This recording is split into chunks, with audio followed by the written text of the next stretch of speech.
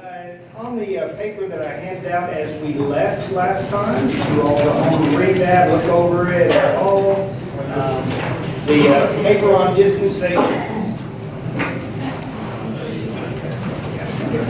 Does anybody need that one? This is what I handed out last week. Anybody need it? Anybody got it? All right. Anybody have any questions about it?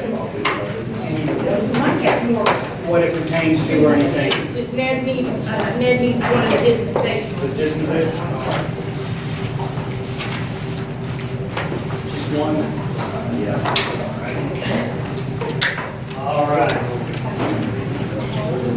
If you took the dispensation page and just kind of turned it like this, and kind of think of it as a time frame, it would go all the way from the Garden of Eden through the time of the flood and to the time of the Tower of Babel and to the time of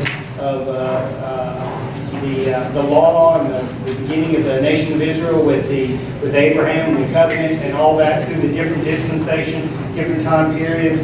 Till you get to number 6, which is the ecclesiastical dispensation or the church age, the age of grace, are the terms that we've been calling that. And so that ends at the rapture.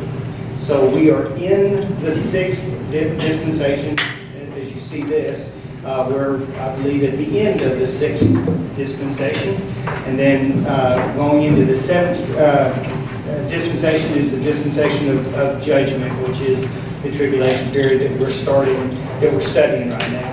And then beyond that, of course, we have the main event would be the millennium, and then the eternity looking forward. So that's kind of that dispensation part right there. All right, before we jump into chapter 12, did anybody have any comments or any questions, kind of thinking back to last week on this chart and all that? Okay. Remember, you did not get one of these for your book, but you will get one eventually, I think. So maybe next week, we'll see. We'll get you one so you can have a copy of that in your notebook as well. So if I ask you questions, you can answer all the questions about that, right? All right. Sherry. I have a question. Just because it's in the next chapter, doesn't mean that it's in the next order, is that right? Let's talk about chronological order. Yeah. Yes and no. For the most part, Revelation is chronological. I was explaining this to Wanda and Tammy since they weren't here when I talked about that. And I don't know how clear I made this last week, but when you talk about reading Revelation chronological, you do have to remember we have some pauses and those kind of things, but still you put those in order, but they don't always pertain, some of the things don't pertain to chronological type issues like the silence in heaven and those kind of things that happen in heaven are less about which came first and all that as just the event itself. And I don't want to confuse this or anything or make too much of it, but when you talk about chronology, if you ever hear anybody start talking about saying that the second half of or not second half, chapter 14 and following, especially when it pertains to the pouring out of the vials, if you start hearing, they'll say things like, this is simply a repeat of what we've already studied in Revelation, particularly chapter 4 through 11. So if someone starts talking about that, they'll be convincing. They'll say because of this phrase, because of that word, because of this reasoning, and what they're telling you is that they're basically they're a mid-trib tribulation rapture type person, and they'll be saying this is when the rapture happens. That what happens prior to this, what this is discussing. We go into what happens at this point, and what all this is doing is revisiting these events. So if you ever hear something like that, I wouldn't buy it, but understand that's the reasoning, all right? So they'd say that just repeats. Then you can see some of the reasons that they say that. These sounding like, we did talk about this last week, these sound an awful lot like the trumpets that are blown. We have the angel with the 3 woes, and here it describes 3 angels. Different things like that. Some of the terminology that it expresses here at the midpoint with the blowing of the seventh trumpet. It sounds like the final part. It sounds like this, what trumpet number 7 ushers into, is the return of Christ, establishing his kingdom here on earth. We'll hear some of this in chapter 12. It sounds like this is saying that we've reached this point. And so it gets a little confusing. So if you're reading chronologically through Revelation, you get to here, and then you think now we're going to back up and revisit it, and then when we get to this point, we're actually here. Does that make sense? So, but even that goes chronological. So the second half of Revelation does as well. It gets into the millennium and stuff. So what I say is, the way I see it, is it spells it out just like this. It just keeps going all the way into the millennium, the great white throne judgment, new heaven and new earth, and all that. Okay. Thank you. Good question. Good question. Any other questions? Chart-wise. The bowls are actually the vials. Yeah, bowls and vials, both terms are used. So you can call these the bowls that are being poured out or the vials that are being poured out of God's wrath. Okay. Any other questions? I know we kind of go through a lot of this again, but that's the repetition and looking at a different way and asking a different way, I think does help. So, all right, so we finished, this, a little bit of what we're going into now goes back to the little book that Ron talked about and what was happening then. And then John was told to now prophesy what's to come. And chapter 11 on and 12 is this prophesying of what's yet to come, but not so much in the order that we see it of the other things. And so when we get to chapter 12, it's got some real interesting points to it, and we're just going to go through the first 6 verses, all right? And I'm going to tease you by saying we're going to end before the war happens in heaven, all right? So I know that's going to be a lot of discussion that we'll look into next week. So we're going to get right up to wartime in heaven, and then we're going to stop, all right? When I reminded you of reading chapter 12, one thing I encouraged you to do was to think of it more in the lines of a history lesson, not just history, but more of a reflection back and getting some things, and not just this is the next thing that happens and this is all mid-tribulation period and all that. So I put at the top there just a reminder that in chapter 12 we learn more about Israel, just thinking about the nation of Israel. We learn more about Jesus and the role that he's played through history. We learn more about Satan and his role, current and past, and as well as we'll know about his future as well.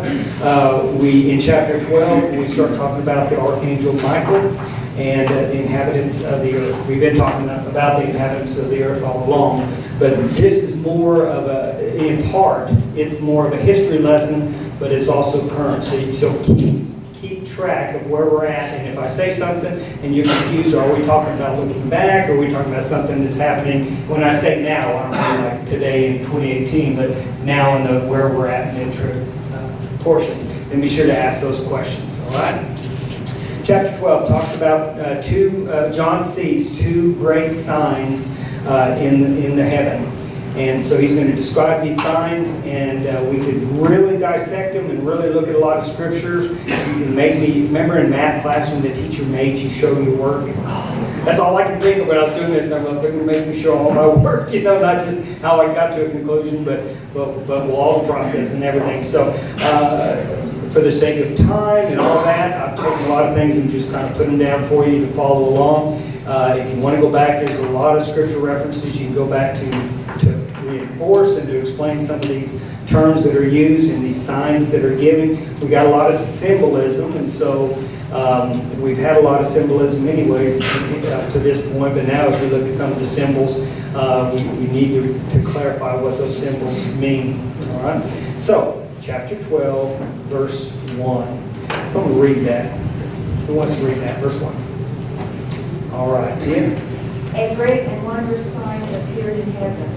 A woman clothed with the sun, with the moon under her feet, and a crown of 12 stars on her head. All right. So we're introduced right here to this vision that John has, the vision of a woman in heaven. It sounds a little bit different than some of the things we've seen angels described this way. We've seen Jesus sing this way. that he sees Jesus as the lamb that was slain and those kind of things. But this is just a little bit different. So this gets a little bit away from the chart, but we know where we're at in as he's seeing these things, but almost as an interruption, not quite a pause or an interlude, but at this point, he just sees this vision in heaven of this woman. The woman is described with some specific details, clothed in the sun, with the moon under her feet, a crown of 12 stars on her head. Sounds very symbolic, and what does all that mean? So, this is really a history lesson for Israel. All right? If we go back to Genesis chapter 37, you want to go there for a minute? Genesis 37, verses 9 through 11. Someone else had a vision or a dream, and his name was Joseph. All right. Joseph in the Old Testament had this dream, and he shared it with his father Jacob. And the details of that dream are the same things we're seeing here. So who'd like to read verses 9 through 11? Kathy, you got it? Okay, Kathy's going to read 9 through 11, Genesis 37. And he had another dream, and he told it to his brother. Listen, he said, I had another dream, and this time the sun, the moon, and 11 stars were bowing down to me. When he told his father, as well as his brothers, his father rebuked him and said, what is this dream you had? Will your mother and I and your brothers actually come down and bow down to the ground before you? His brothers were jealous of him, that his father kept the matter in mind. All right, so Jacob it's not like an interpretation, but he understands what Joseph is saying when he saw this dream. Now remember, this isn't Joseph with a wishful thought or a neat idea or something like that. This is something that Joseph simply saw. He's having these dreams, these visions, and a little bit naive, he just kind of explains them. And Jacob kind of goes, wait a minute, are you saying what it sounds like you're saying? And so obviously, with that terminology, the same thing of this vision that he's having fits the same thing. So the woman that John sees in heaven is the nation of Israel. So the first thing he says is a woman. That's your first blank, your blank to fill in. But that actually represents the nation of Israel. We talk of the nation of Israel as she all the time. You know, her children. She does this and those kind of things. She's wandered in the wilderness or whatever. So the woman in the vision is Israel, the nation of Israel, clothed in the sun. Now, when Jacob heard that, he said, "Is the sun and moon going to bow down to you as well as the stars?" And so the sun would be Jacob. All right. She was clothed in Israel was clothed in the sun, which is Israel. The nation of Israel comes from Jacob, right? And with the moon under her feet, Rachel. All right. So you got the nation of Israel. You've got Jacob as the sun, Rachel as the moon, and a crown of 12 stars. Anytime we hear 12, we probably automatically think of what? The 12 tribes, and that's exactly. Or as you understand the chapter 37 of Genesis, it was the 12 sons of Jacob, the 12 sons of Israel, which would become the 12 tribes. And that's why he said, would we all bow down to you? And so those 12 stars. Sherry. Don't you think that it could be also talking about clothed in the sun would be the father, and the moon under her feet would be the mother, and in Jesus' case, God is above as the sun, and his mother is on earth, mother is Mary, would be under her feet. Yeah. That doesn't fit. I mean, that makes sense, but it doesn't fit exactly what is happening here. As we look back at the history that it's talking about, and we see what happens in the future verses of this woman, and as it characterizes Israel, then that doesn't fit. So, but that makes sense as well. But that vision did come to pass in Egypt when Jacob took his family down to Egypt. Yeah, that's why he saw the vision. That was a vision for them. But it's just as he described that, it was a vision of what was happening to the nation of Israel. And so now as John sees this, it's like looking back to Egypt. It's looking back to the time of Jacob. There was this woman, this nation of Israel.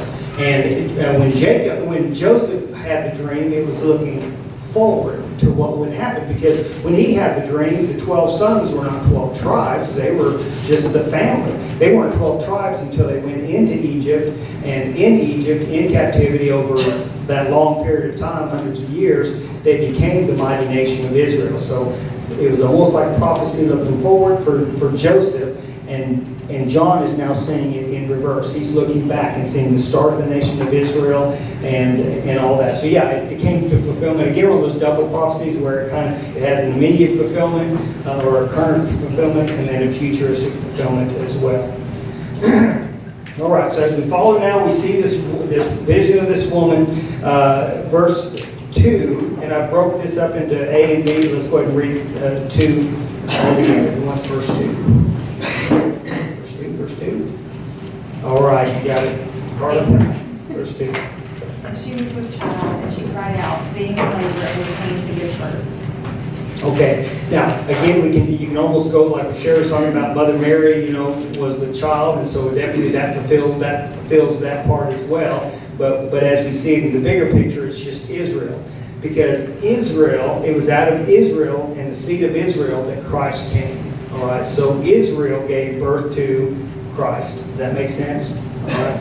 And so she was pregnant, and then in verse 5, we'll skip ahead, but not to read it, but that child, or the pregnancy that it's talking about there, she would bring forth a male child who would rule the nation. So it's specifically talking about, obviously, about Christ. And so the pregnancy was Mary pregnant with Jesus, but more so Israel giving birth to the Messiah, giving birth to the King. All right, and then the second part of that verse, she cried out. Now here it takes a little bit of explanation. She cried out in pain as she was about to give birth. As I studied and looked through this, seems to be the conclusion that what that's talking about is not birth pains as Mary gave birth to Jesus.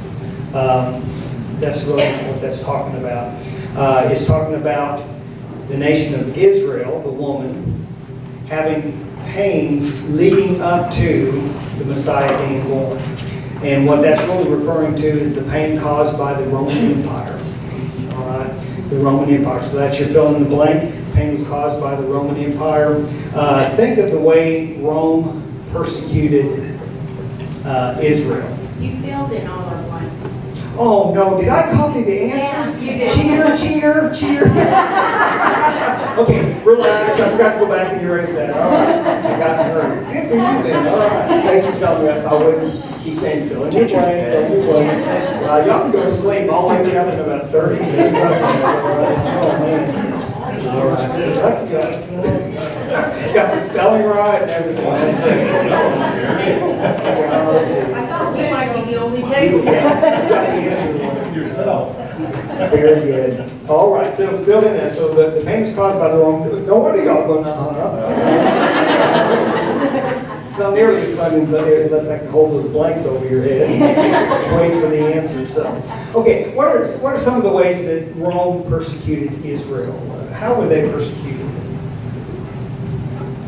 Taxation? Yes, they were taxed, heavily taxed as well. They couldn't just pay their own temple tax and things like that. They had to pay taxes to the Roman government, even though they weren't Roman citizens, right? Okay, so taxation. What else? Governed, they were overseas. Yeah, they had overseers. They didn't get to be just their own nation in their own land and be left alone. They had Roman people overseeing them. And when it came to authority, Israel versus Rome, who was on top? Okay, Roman rule always went above Israel's rule. So when they had temple guards, when they had different people in authority in Rome, their own king or whatever, meant nothing to the Romans. Okay? Against Rome. Yeah, they constantly had to fight against that. There were people among the Jews called Maccabees. I'm thinking of the what was the ones that would kill the Roman soldiers, stab them in the back? Zealots. There we go, zealots. All right. Remember Simon? What's that? Why'd you look at me and say zealots? Zealots. I said it right over to Sherry. Zealots. The zealots. they so hated and despised the Romans and the persecution and the rule that they had over that the Zealots took it to the extreme. And one of the disciples was called Simon the Zealot. He had been a zealot, and he had to change his attitude towards Rome and all that, since he was a former zealot. Okay. All right, and it was constant, the persecution. Now, we can look in time, we're going to see this in a little bit further down the line, but Rome wasn't the only one that persecuted God's people, right? We go all the way back to Egypt and the rule of the Egyptians over the nation, over the family, Jacob's family, and then over the nation of Israel as they grew and multiplied. And then all the world governments after that constantly battled against the nation of Israel. So, now, but this says that she cried out in pain as she was about to give birth. So this is really talking about the condition of Israel in the world scene as the Messiah was coming. All right, they had to wait for the Messiah, wait for the Messiah, wait for the Messiah. No wonder they had that false expectation of the Messiah that would come and rescue them and be their political leader and their king, earthly type king, to finally get them out from under Roman persecution and influence and stuff. And that was not God's timing, and that's not how he came. And that's why a lot of them missed it, that this was their Messiah. Okay? But as Israel finally would have their Messiah, of course they didn't recognize Jesus as a Messiah, but in fact he was, and he came. And leading up to that, they were in crisis with Rome. And that wouldn't end at Jesus' birth, would it? All right? It wouldn't end there. So we see the persecution and stuff that goes along with Israel being a woman. All right, then the first two verses was the first great sign, and then he receives the second great sign in heaven. Verse 3, what's that one? Right, Steve? Verse 3. Then another sign appeared in heaven, an enormous red dragon with 7 heads and 10 horns, and with 7 crowns on his head. All right, so again, he gives a lot of specific details concerning this when he talks about the dragon. So now let's look at our chart right here. We see the sun-clothed woman here. We see the red dragon right here. This is what happened. We're going to get to the war in heaven that happens, but first he sees these images up in heaven. So that's what's taking place right there. As he sees the dragon, of course I gave you all the answers. So a dragon is fierce in nature, so it's a fierce creature that he sees up in the heavens, and that it represents Satan. So that's what the dragon represents. You'll hear the term dragons and beasts. By the way, we're going to get into this chapter 13 as well, so we don't skim right over this. There'll be a lot of talk of this dragon and the beast and the different heads and what all that means. All right. The dragon is we're not going to go to verse 9 tonight, but as we look at it next week, verse 9 explains exactly who the dragon is, so calls him what he is. The devil, Satan, the serpent of old, all those things is clearly stated in verse 9. So it's not guessing that the dragon is Satan. It is Satan, and he's seen in heaven. He's enormous because of his great power. We cannot mistake the power that Satan has. And currently in the world, over the world system, and in this time period, in tribulation, he has great power. So we have the power, we talked about last week, the power as the Antichrist comes to power. Some of that power comes through the influence and support of Satan and the world power and all that, but Satan himself has extreme power. It's a red dragon. Symbol is to represent, and I don't know if you can exactly prove this, but the understanding is red because of the multitudes that he has killed and continues to kill. Satan comes to steal, kill, and destroy. He's always been coming to do that from the garden all the way through history.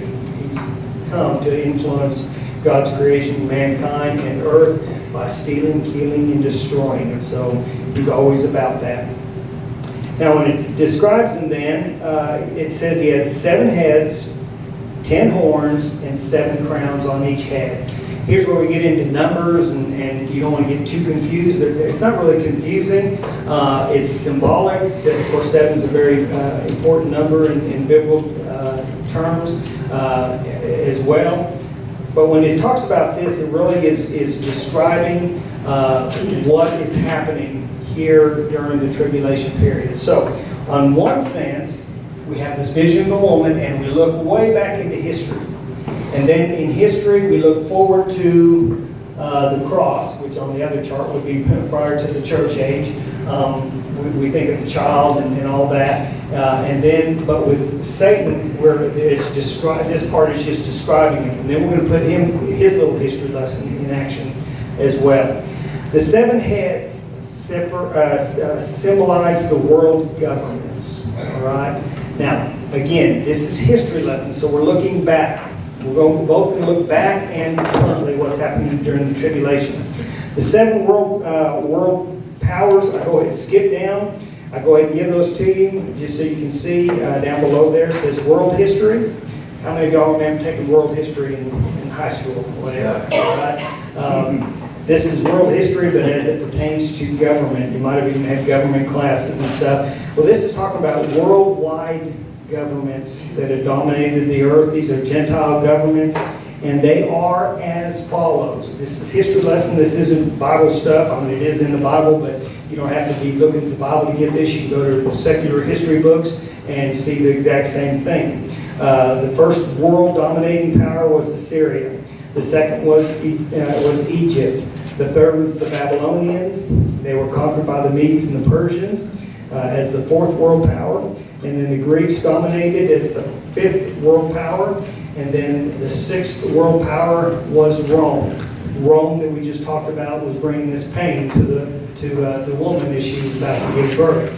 And then the 7th head, or the 7th world power, is, or will be, the end-time government, which is that same Roman Empire that was back 2,000 years ago. In Jesus' day, it'll be that same style of government, that same Roman Empire revived.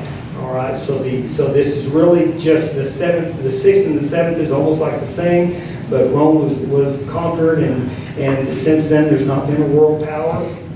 America is not a world power. We don't dominate the world, do we? We may be the strongest nation in the world or whatever, may have the most bombs or whatever. But we don't have the most people, we don't have the most, we don't dominate the world. We don't seek to as well. And so it's not about that. But as far as world powers, these others have tried to dominate the whole world. Now I want to show you a chart. How many of y'all remember back in Daniel, in the book of Daniel, Nebuchadnezzar and Daniel, they were seeing these same kind of visions. So we go back Old Testament, they were prophetic scenes looking forward as well. You've ever seen that kind of a diagram, a chart? All right. That's the kind of vision, just like John was seeing a woman and a dragon. They were seeing, Daniel was seeing the vision and understanding the definition of world powers. Now, when he saw 4 animals, or 4 segments, all right? And so instead of 7, he saw 4. The reason he saw the 4 was because 2 had already come and gone. Assyria had already come and gone, and what's the next one? And Egypt had come and gone by the time Daniel was on the scene. So when Daniel sees this, he sees the Egyptian, the Babylonian thing, because the nation of Israel was captive to Babylon, right? And then at that time, Nebuchadnezzar thought he'd never be destroyed, was he? Did his kingdom come to an end? It sure did. It came to. So that was the first beast described in Daniel chapter 7. The second beast described as a bear was the Medo-Persian Empire, what we would call the 4th world power, because 2 had already gone.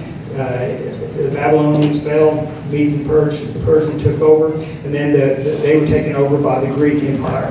And then he only sees one more, but it's in 2 parts. It's the Roman Empire, and then the feet that are described in that is the end-time world government, is the Roman Empire revived. So that's how that happens. So when he sees that, he's seeing the history of world domination. Satan has always worked through the Gentile world government leaders and powers to try to rule the world, all right, and destroy God's people. And so what he's always tried to do. And so world governments have always gone that way. You ever see you take the United States and they're trying to protect it. Right, right. Which puts us at odds with who? The rest of the world, not the entire world, but Yeah, yeah, it does. I mean, yeah. Yeah, that, we definitely understand that we need to stand with Israel, so that's one of Daniel America's said strengths. in the vision, Yes, and that vision was from God, right? yeah. Is giving the So he interpretation. was explaining to him what he was seeing. what Right.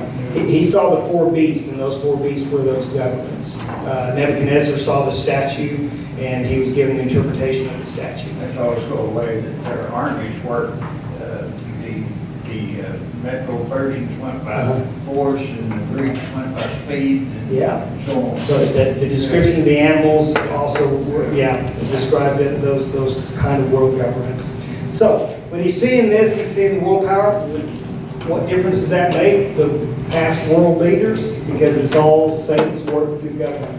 And when he sees them here in this picture in heaven, we're going to be seeing at that time the last and final world government dominating power will be this really, and they won't be called, it may not be called the revived Roman Empire, so I'll put it down. It's really the current European community.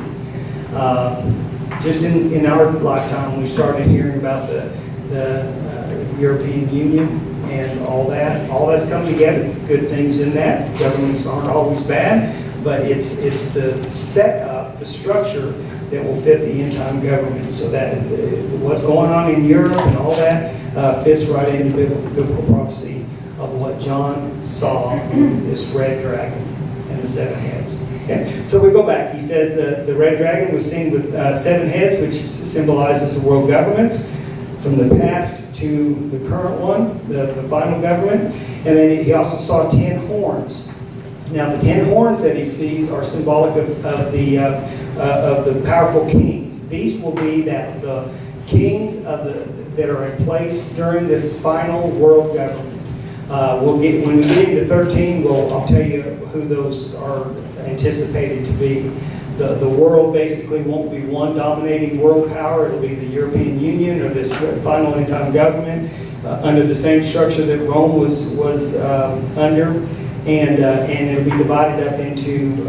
It'll have 10 kings, 10 leaders of those of different areas, but they'll all basically be aligned together. So 10 kings coming together as one. Those are the 10 horns that he sees on the dragon. And then each head has 7 crowns, and so he sees the 7 crowns. So we had seven heads, and now 7 crowns. And the 7 crowns are symbolic of the end time government. Again, not 7 countries or nations, but 7 divisions. So it'll be divided up into the 7 areas that the 10 kings, together with the power of the Antichrist, will rule during that end time. Clear as mud? All right. It's in writing at least, so you can always go back and say, now what were those heads and crowns and all that kind of stuff? But remember, you're both seeing history and current situation in the mid-tribulation period when this is being described. And then with the war that we'll start out talking about next time, you'll see the war as it pertains to this end time government, and you'll start seeing that play out. Mike, can you remind me where we're at in the trip right now? We are in chapter 11. We saw the 7th trumpet being blown. Right, so we're right here. All the seals have been broken, and at this point, all the trumpets have been sounded. However, the 7th trumpet sounding is the last 3.5 years, and so it's not like that sounds and then that's over. The sounding of the 7th trumpet ushers in the last 3.5 years, 1,260 days. And so as this is happening, the clock is ticking. I mean, it's now the final 3.5 years. We'll see that number keep coming up. It's like it's going to sound for 3.5 years. Basically, because I don't know if the noise will sound, but that is, the 7th trumpet is the vials being poured out. It's this last great wrath being poured out. It's the third woe. We have the three woes here, the locusts and the horsemen, the mighty army coming there, and then things really heat up with the two witnesses and all that take place there. But then that trumpet blows. So that trumpet says that is the third woe. Seventh trumpet is the third woe. And so that's where we're at. We're at the last stage. If you just wrap this all up, it's the last stage. All this introduces the last stage. And what he's seeing up in heaven here, and how that factors into the war that's about to take place, and what that pertains to down here, all that it begins to make sense as it plays out here. Okay? Good. So we're right there in the middle. All right, so that's a description of the woman, the history of Israel, the description of Satan and his world domination, governments, all that kind of stuff, and then what and who he is, leads us into verse 4. And I broke 4 up into 2 parts too, but let's read all of verse 4. Once verse 4. All right, Dan, you got it? With his tail, he dragged a third of the stars out of the sky and threw them down to the earth. He stood in front of the woman in order to keep her child as soon as it was born. Okay, this is why I gave you a lot of lead in to talking about understanding this as a history lesson as well as what's happening currently, because it kind of bounces back and forth within just even a single verse. It's reflecting back and what's currently happening. So when it says that his tail swept away a third of the stars out of the sky, if we think we've got this image of the dragon right here, and we're thinking, okay, so what happens right here? A third of the angels are cast out of the sky. Is that where it happens? No. Right. When did that happen? When did a third of the angels fall from heaven? Keep going. Yeah. Car's going. Keep going. Way past my chart. Okay. So that has already taken place. So once again, he's reflecting back on what this dragon has done. How did that happen? Someone describe that event in heaven when a third of the angels fell. When Lucifer rebelled. Okay, Lucifer first rebelled, and then he led others to rebel as well. Angels were created perfect. They were in a perfect place, perfect creation. They had no sin to deal with or anything. And yet, even in that creation, he gave them the ability that it would be possible to go against their creator. And a third of them did, led by the dragon, led by Satan. Okay? Where do you place that at? That war, that would be prior to him coming to the Garden of Eden. All right? So that happened in history, looking back. All right? When he was on the earth in the Garden of Eden, that had already taken place. And so it's in history. Then we have some angels to deal with later on. Yeah, we'll always have, yeah. And it's not the ones he took, it's not the third. Exactly. So that's why we want to remember that we've going to put this in place. So we're still talking here. He's still talking about this dragon that he sees, and this dragon has this tail. That's this funny little tail I tried to draw right there, all right? And what he's describing there is not what takes place here, but he's getting ready to talk about what's taking place here. But he's talking about, once again, that dragon of old and everything, what he's done prior to that. So that was when he had already caused a third of the angels to fall from the sky. And then we're going to have another fall from the sky. So that's why we got to keep you straight, all right? So the fallen stars are the angels, we see there. And then in the second part of that verse it says, and then it jumps, and it goes from what happened in history with the angels, a third of the angels falling, just another part of his history, to the dragon wanting to destroy the child at birth. Now where are we out on the chart? Wanting to destroy the child at birth. Where are we at on the chart?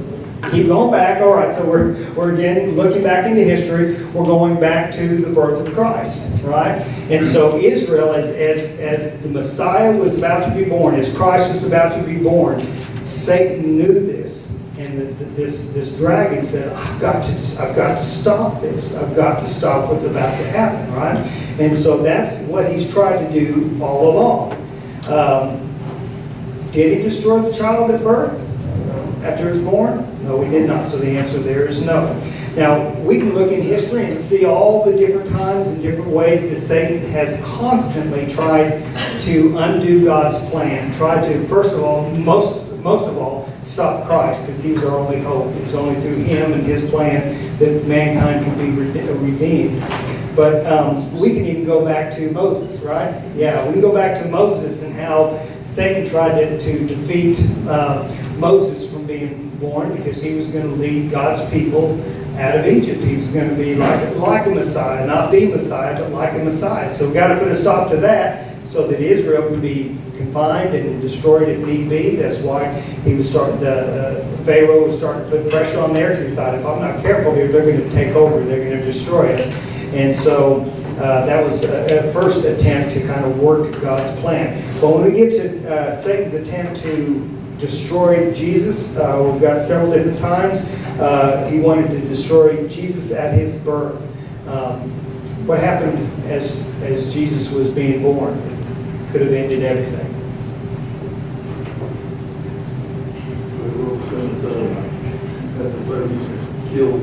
King Herod tried to, Herod tried to kill all the babies. That's right. But it's just like what it did. The same thing that Pharaoh did, that's what King Herod did as well. Because, here's a king who's going to threaten me. I better kill him before he takes over. Believe it or not, with the decree being made that people had to go back to where they came from. Yeah.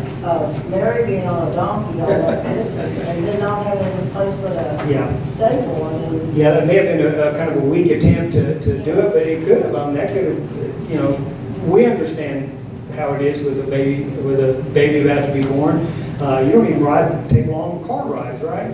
You've got to be real careful. And the thing, what she went through, I think was an attempt. I agree. And then just the conditions that the baby Jesus was born in. Of course, God had his hand on that. All that was prophesied, so that would fit into God's plan. But it sure is Satan's attempt to try to do anything he could. So it didn't end with that. It ended with trying to kill the babies. And that was along with that was actually boy Jesus, or little Jesus, toddler, because that was on into his second or third year when that took place. Trying to get Abraham to kill Isaac. Yeah, all kinds of stuff. He was trying to break that line and everything that was going on. At the beginning of Christ's ministry, remember, even though the baby was still born, and he didn't stop that, Satan never let up, right? And so even as Jesus started his ministry, Satan came and tempted him out in the wilderness. And that temptation was try to, again, go around God's plan. Hey, just bow and worship me, and I'll give you all the kingdoms of the earth. Let's go with plan B, all right? You already know that's going to be a little weak. That's right. Respond to God, That's right. But it was still an attempt. All right? Later, when Jesus talked to his disciples, remember when Peter told Jesus, let's do plan B as well. Jesus looked at Peter and said, what? Get thee behind me, Satan. So he recognized this is Satan trying to go a different direction. On the Mount of Olives, when Christ was crucified, there we go. That did it. That ended it. Right? So Satan thought. So Satan tried. Didn't work.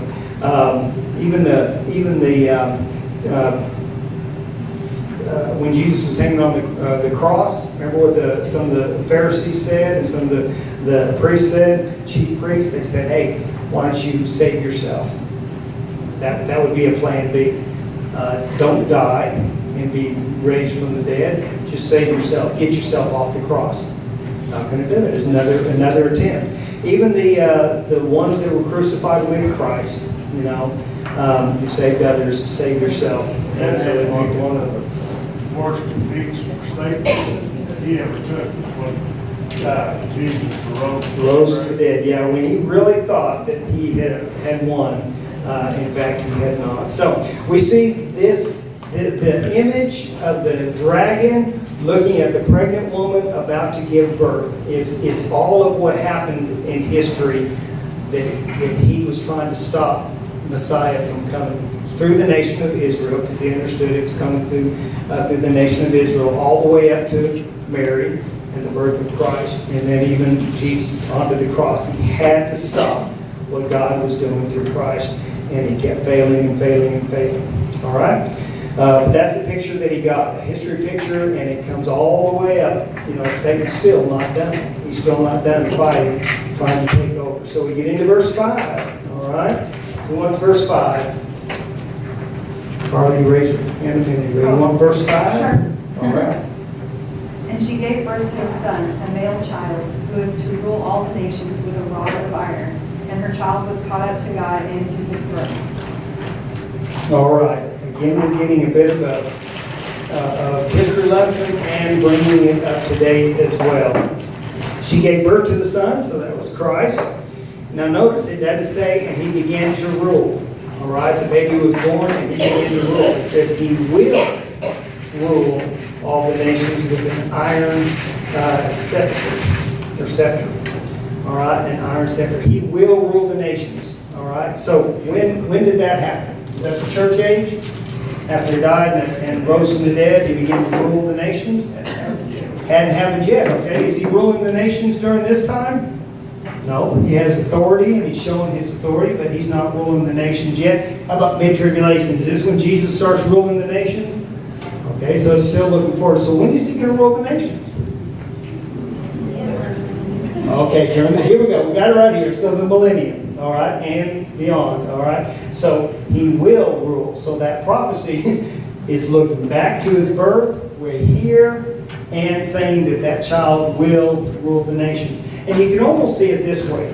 Had Christ not been rejected by the Jews, had the church age not been a part of God's plan, had Daniel's 70 weeks happened in succession without any grace period or any interruption or anything, you could almost see the flow of that, where if you took this out and went right here, and 7 years after the birth of Christ, or after his death on the cross, if 7 years later the millennium took place, then it would have been, tried to stop the baby, but then this baby would rule, and you can see it right there. This didn't happen that way because there's just all this stuff happening between them. All right, this description that's given here, we look back to how Jesus was identified in Psalm chapter 2 as the anointed one. And then in the book of Revelation, looking forward more towards that ruling of the nation, chapter 19, he's called the King of Kings and the Lord of Lords. King of Kings is significant in this description of the beast or the dragon because of those 10 horns, the 10 kings. Well, out of all those kings, even King Satan, the ruler of the world, of this earth, at the current time, he's king, capital K, over all of those. And so that's kind of the description there. But then it says after she gives birth to the one who would eventually rule the nations, all the nations, and not with remember when Christ came, a peace I bring to you, a peace I give to you. He came in peace. He came as a humble servant, a suffering servant. All right. But when he comes again, this right here, when he comes, which we're already talking about his coming. Right here, midpoint, he starts talking about, we're hearing the description of him coming back to rule the nations. And so when we think about that, then we think about what's being talked about here, that he will actually rule with a strong hand. He's not going to come back like that babe in a manger, that suffering servant. He'll come back as King of Kings and Lord of Lords. It'll be written all over him as he comes back at the Battle of Armageddon. We'll get there eventually. All right. But then it says, again, got to look back. It says her child is one that the dragon was looking to destroy as soon as it was born. Her child was snatched up to God and to his throne. Here again, you have to kind of look past the immediate thing and say it's not the baby was not snatched away. You can almost see that little excursion they took to Egypt. Baby Jesus, boy Jesus, was snatched away, and they went to Egypt to avoid Satan's plan to destroy him as a baby, as a small child. So that didn't work, but the actual snatching up that it's talking about is talking about the ascension. All right? And you see that description in Revelation 5. Well, no, not in that. But we see the description of the ascension that Jesus was, as they watched him, he was caught up in the clouds and he went to be with the Father on his throne. The lamb, the description of that John sees, he had already seen him as a lamb looking as if, this is way back in Revelation chapter 5, verse 6, he saw the lamb looking as if he had been slain. But listen to the description he saw of Christ, standing in the center of God's throne. So when he was ascended up into heaven, he was taken to the throne of God. Remember, he sat down at the right hand of the Father. So that's the description of the child being snatched away, which happened at the ascension. All right? And we end with verse 6. Perfect timing, too. Who wants verse 6? Nobody does? That's good. Okay, go ahead. Okay. The woman fled into the wilderness to a place prepared for her by God, where she might be taken care of for 1,260 days. All right. That sound familiar? 1,260 days? All right. Now we start seeing the chronological part of it. Now we bring to an understanding the woman.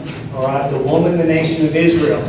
Forget the history part of it and what's happened in the past. Now think about what's going to happen in the future of Israel. They don't go in the rapture, so they come into the tribulation period. Things start good and then turn sour, and then it's struggling and it's tough until this point right here. But what we will cover next week with the war in heaven is what leads to this woman having to flee into the wilderness. To a place, how is it described? A desert place. Flee into the mountains, prepared by God. And what's the preparation for? Take care of Israel. God take it for 3.5 years. Imagine 144,000, a nation, headed to the hills, and they're going to have to take place or be taken care of for 3.5 years. A long time, really, for the events that are going on. So everything we cover from here on out, we know the nation of Israel is now going to be having to leave Israel and hide out in the desert. Now, I've got a picture of the place we believe they're going. All right? If it'll stay. I don't know if it'll stay or not. But anyways, it is generally assumed that the place that Israel will go to, all right? Where is that? Petra. All right. Anybody been to Petra? All right. Been to Petra. We've been to Petra. We've been there. And it makes sense. Now, it's not absolute. It doesn't say that. It doesn't say that's where they go. But they go to the desert place. Petra's about 20 miles south of the Dead Sea. So if you kind of put it on the map and everything in Jordan, it's a perfect location for them to go. It's not too far away from where the Valley of Megiddo is, Battle of Armageddon, where that'll take place. This is all to keep them safe until that takes place, when Christ comes to, when all the world starts coming toward them. All right, this is not the war that we're talking about yet happening. All right, the Armageddon is not the war that we'll start talking about next week. But when it says the woman flees to the mountains or the wilderness, it's going to Petra. If you can see Petra, and if you've been there, you go in there, there's only one way in. All right? One way in, one way out. You go in, you go out. The mountains, the way they're designed, the way this area is, it's a mile-long entry and 1,000-foot high tunnel kind of thing. Fairly narrow, all right? And it's just, I have a picture of it. I have a picture of Sharon standing in that entryway. It's the only way to get into Petra. Once you get through that mile-long, narrow, high entryway where there's no other way to get in there, and it just opens right up, and there's this ancient city that's been built there and then was deserted. With all these caves and all these areas that they can be hidden in with no back entryway. Now, in modern day, you say, oh, you can just drop helicopters in there and all that kind of stuff. But understanding what it is a safe place. It's like we have all these school shootings and everything. You go into a classroom, what do? You barricade the door. Why? Because that's the way in. If you just stop them from coming in, Or if they come in, you know right where to confront them. It's going to be right there. That's kind of what Petra is set up like. And so that's what's described there. She runs out into the desert place. Next week, it'll talk a little bit more details about how she goes out there and some things that are thought, some of which I don't think are true, but some of the thoughts of how she flees out into the wilderness. Okay? Jesus, by the way, described this. Someone read Matthew 24, 15, and 16. All right? And now we go into when Christ was the child that was talking about, the woman being Israel, and listen to what Jesus described in chapter 24, 15, and 16. Who's got that? All right, read it, Scott. Listen to this description of this same event taught by Christ. So when you see standing in the holy place the abomination that causes desolation, spoken of through the prophet Daniel, let the reader understand, then let those who are in Judea flee to the mountains. Okay, and it goes on to describe some things about their fleeing out to the wilderness. Now, we need to pick up on this next week because really what this is happening is what is caused by the war that's going to take place up in heaven. All right, and what takes place there that causes the woman to have to flee, and what Jesus described when you see the abomination that causes desolation in the temple. Has that happened yet in history? It did happen one other time, but this that he's talking about is something that's going to happen in the future. Can't happen right now because the temple's not there for it to be desolated that way. All right, but there will be that end-time temple. And in that end-time temple, that event that Jesus talked about will take place, but it doesn't have to take place until after that war in heaven that we're going to describe next time, the second part of the chapter. And then she has to flee. Okay? We're going to leave off right there. Any questions before we go to make sure we're clear-headed as we go out of here? I've got to give you blanks next time because it was way too easy. Y'all just, whatever you say, you don't have to write anything down. So, all right. So go back up and read chapter 12. Read it through. If you want to back up to chapter 11 and read through chapter 12 and read through what we talk about next time. And by the way, then it goes into 13. 13 is going to be a lot of the same discussion about this dragon, the beast, the world government, the Antichrist. All of this taking place at the mid-tribulation period. Right? So that's what we're going to be hanging out for a while. All right. Well, let's pray and be out of here. Mr. Tyler, would you dismiss us in prayer as we go? Oh, let me mention real quick, too, because I was going to put this out on the prayer chain. Sheila Burba got a call from her uncle. I'm going to read it. I'll get it wrong here, so I'm going to put this out on the prayer chain. And he asked to put his wife on our prayer chain. That's why I'm reading it. All right. She said her uncle called and told her that her aunt was diagnosed with breast cancer, and he asked that we put him on our prayer chain. Her name is Judy, so if you'll pray for Judy. Judy Lloyd is her name. She's 80 years old. She's having an MRI done June 5th, so it's just in a week or so, to determine when and what treatment. They told her to find a surgeon. It sounds like surgery is for sure. So anyways, pray for will be Sheila's aunt Judy. All right.